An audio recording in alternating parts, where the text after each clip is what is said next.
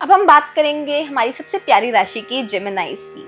तो अगर आप जेमिनाई हैं तो आप इसको ज़रूर सुनिएगा। अगर मैं बात करूँ आपके विवाहिक सुख की, अगर मैं बात करूँ आपके रिलेशनशिप्स की, तो जेमिनाइज, this is a very good year आप लोगों के लिए।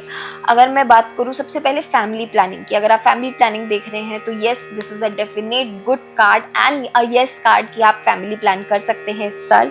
आपको अगर कहीं ना कहीं फैमिली से डिसहार्मनी थी 2025 में, तो 2026 में आपको फैमिली से रिलेटेड सुख बहुत मिलेंगे, आपको लोगों का प्यार मिलेगा अपनी फैमिली में। आपकी अगर किसी से लड़ाई चल रही थी रिलेटिव से या पेरेंट्स से, तो कहीं ना कहीं मुझे अब चीज़ें समिटती हुई दिख रही हैं आप लोगों की। और क्योंकि आप लोगों में एक नेचर होता है कि आप बहुत ज़्यादा फॉरगिविंग होते हैं, तो इस साल आपको यही प्रैक्टिस करना है कि जितना ज़्यादा आप फॉरगिवनेस प्रैक्टिस करेंगे, अगर कोई भी गिले शिकवे हैं उनको मिटाएं इस साल। स्पेसिफिकली मैं ये फैमिली रिलेटेड मैटर्स में बोल रही हूँ।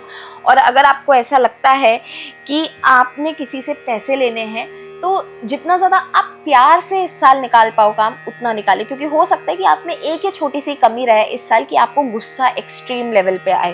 तो इस चीज़ का ध्यान रहे कि अगर आपको किसी से बात करनी है पर्टिकुलरली पैसों से रिलेटेड, तो आपको बहुत ही प्यार से अपने पैसे निकलवाने हैं इस साल। ना किसी पे गाली गलौज करें, ना ही किसी पे ऐसा बुरा भला बोले जिससे सामने वाला हर्ट हो। तो इस साल अगर आपके लिए कोई रेमेडी बन रही है तो वो ये बन रही है कि आप इस साल जितना ज़्यादा अच्छे से बात करेंगे, स्वीटली बात करेंगे, उतना ज़्यादा आपके लिए बेनिफिट रहने वाला है, क्योंकि वो फ्यूचर में भी आपको फिर अच्छे रिजल्ट्स ही देगा।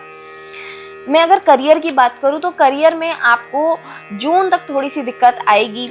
हो सकता है कि सैलरी डिले हो रही हो आपकी, या फिर हो सकता है कि कहीं आपने इन्वेस्टमेंट करी हो तो इन्वेस्टमेंट का जो आपको फल है वो लेट मिलेगा। लेकिन गोइंग फर्दर मुझे कहीं ना कहीं बैलेंस बनते हुए दिख रहा है जून 18 के बाद। जून 18 के बाद चीज़ें आपकी काफ़ी ज़्यादा बैलेंस हो जाएंगी। इस साल एक रूल बना लीजिए, ना पैसा लें ना पैसा दें किसी को, क्योंकि अगर इस साल आपने कहीं पे भी पैसा किसी को दिया या फिर पर्टिकुलरली कहीं भी इन्वेस्ट करा, तो वो आपको थोड़ा सा लाभ नहीं देगा। तो इस चीज़ का ध्यान रहे।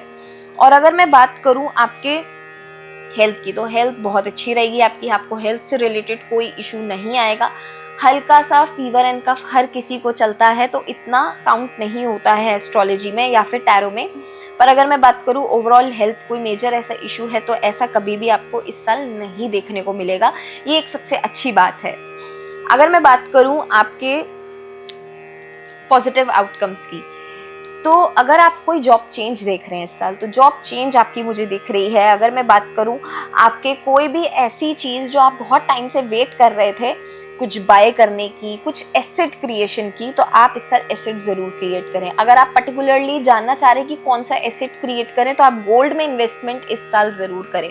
वैसे तो ये सारी राशियाँ वालों को ही करनी चाहिए, बट आप पर्टिकुलरली जेमिनाइज गोल्ड में इन्वेस्टमेंट ज़रूर करें। कॉपर में अगर आप इन्वेस्ट कर सकते हैं तो कॉपर में भी इस साल आप ज़रूर इन्वेस्ट करें, आपको बहुत ज़्यादा ये चीज़ लाभ देगी।